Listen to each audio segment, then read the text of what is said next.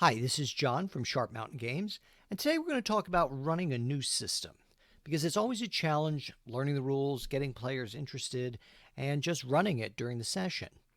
So, just to give you a little background, recently I ran a game of Fate. Now, Fate is a more story based game, a little more narrative. There's a lot less physics. You're not counting blocks and 5 foot squares. And also, the players have a little bit more control. They have fate points, which are kind of like inspiration points in D&D or bennies in some other games. And I ran 2 sessions of it, and I think I learned a few things. I'd like to share some of those with you. Now, just to straighten this out right at the beginning, this isn't a review of Fate. You may not even ever care to run that particular game, and that's fine. However, I think there's some lessons involved here that really apply, across the board to other role-playing systems as well. So let's talk about just a few things that I learned. Now, just to tell you a little bit about this game, it was, really a little bit more lighthearted. We were playing, or the players were playing sort of TV heroes, people like Mr. Spock and Batman and Steve Austin from the $6 Million Man. And there was kind of a disruption in time and space, kind of like the Crisis on Infinite Earths from DC Comics was my basis for things. So that's just a little background about it. I should state it was not the Secret Wars. The Beyonder was not involved. Just so everybody knows that. So we played it virtually on Roll20, and we did use tokens, and it was not and maps. It wasn't theater of the mind. And also one thing I should say is I ran the game very player-facing. As the GM, I don't think I rolled at all or very, very little. Even for defense rolls, we didn't use armor class. Rather, the players rolled against a difficulty number, versus the villains. So just to mention that, because we'll talk about that in a little bit. So the first thing I learned, and kind of I already knew, is that teaching a new system, it's a process. Fate and its parent game Fudge, they use a unique dice rolling mechanism that I'm not really going to get into here. But it's just slightly different than, regular like D20 and add your stat. Also recently I ran Marvel Superheroes, and that uses a different dice mechanism too. And also with Fate, there were the Fate points, which players can use to spend and get certain benefits. So what I did was I did give a quick example of how to do the roll at the beginning of the session. But I think what I really learned is I should have repeated that.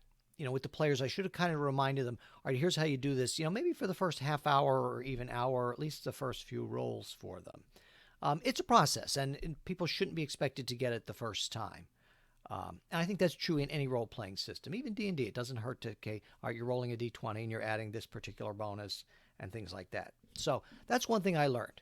And another thing in terms of the teaching is I think it's totally okay for the GM or the DM to be an advocate for the players, especially, maybe that first hour, maybe that first session or two, where you're reminding them, oh, you could spend a fate point in this case, or you could use this particular ability to help you out.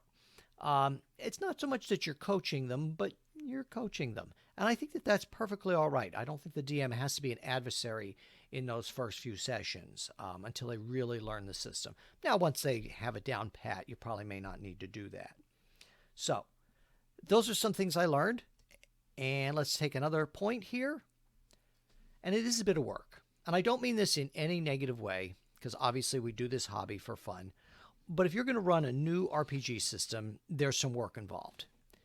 And it's not even enough the work beforehand, because first of all, you do have to obviously learn the rules and have a good idea what's going on. But actually running the game, running a new system can be stressful while you're running it because you're not on familiar ground.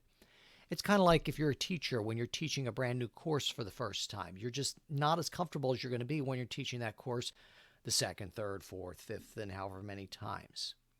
So I think one thing that can really help alleviate that stress is a DM cheat sheet. Kind of like a Dungeon Master screen. Something with the major rules and things you're going to come across. And another thing to talk about in terms of it being work while you're running, you're going to have to make some rulings. Players will come up with things that you probably didn't think of, or certainly that I didn't think of. Things they want to try. And really, that's kind of the point of RPGs.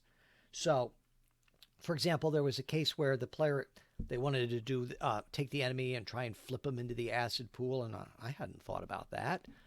So I had to make a ruling. Okay, yeah, well, maybe that's not an attack, but it's more of a physique roll or an athletics roll.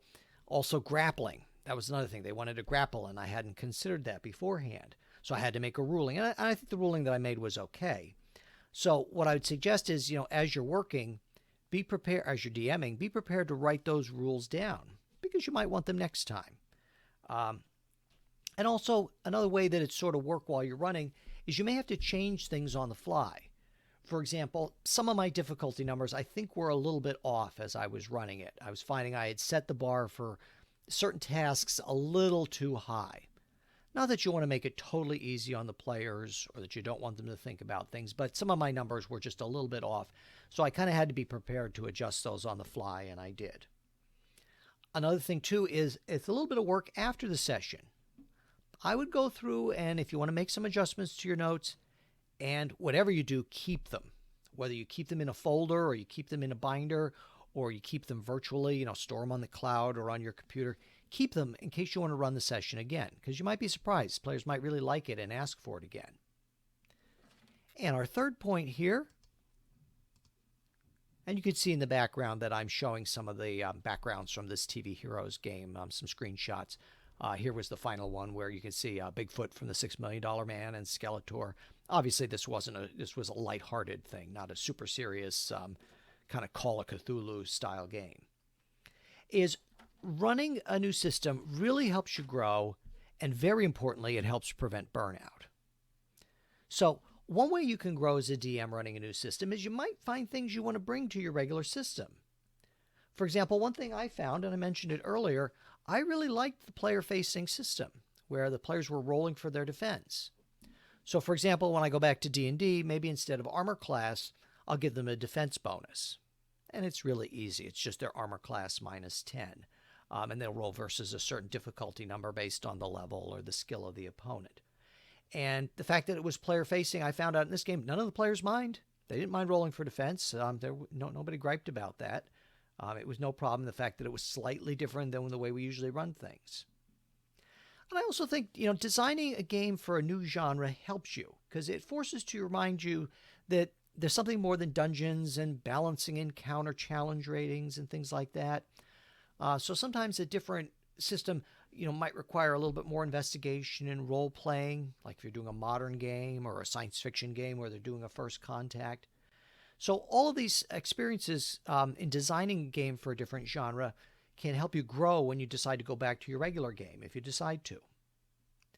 And lastly, I think running something different, at least for me, helps prevent burnout.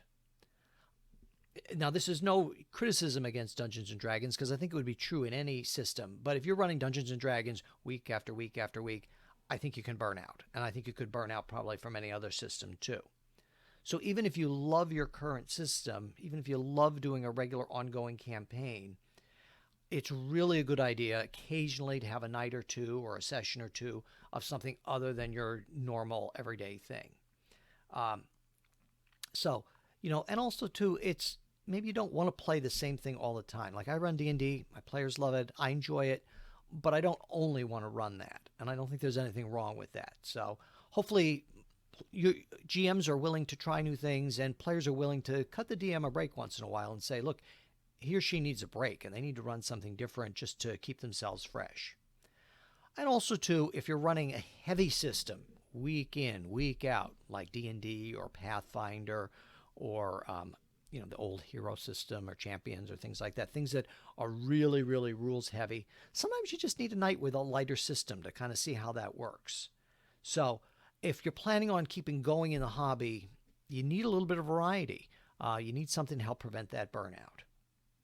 So let's just have some final thoughts here. Ultimately, no matter what game you run, it really matters is, do you and the players have a good time? And I got to say, for this Fate game, obviously it was a little lighthearted and silly, but people really seemed to have a good time. In fact, when the session was over, I was surprised, the players wanted to stay for a little bit online and chat about it and what they liked and what things about the system would work, what genres it would work for and which ones it wouldn't work for. Now, there were a few players who couldn't make the second session, the concluding session, just because of personal obligations. And I was surprised because when we got together for our regular Thursday night game, they asked, well, what happened? They wanted to know the ending of the story. So I think that indicates some buy-in, even though it was a different system. So I would encourage any GM and players, step out of your comfort zone just once in a while, try an evening or a mini campaign. And I think it's especially true for players or GMs if you find you're burning out, if you're getting tired of playing the same character or the same genre. Pick something that maybe is a little lighter hearted or definitely a little bit rules light. Try something different and have a great time. So please, let's keep this conversation going. Let us know in the comments below what you think. What new or different systems helped you grow as a game master or as a player? Are there any systems or genres that you're just dying to play, that you'd really like to step out and try this or that genre or this or that type of game? Are there any that maybe you wouldn't play again? You tried it for an evening and it just didn't work out. So let's talk about it in the comments below. And don't forget, of course, to like and subscribe. And if you'd like to support the channel, you can take a look at, or even buy our products, and the sponsor links or the places you can find them are below. Even if you just want to go and take a look, that's great too. So thanks very much for watching, and we'll see you next time.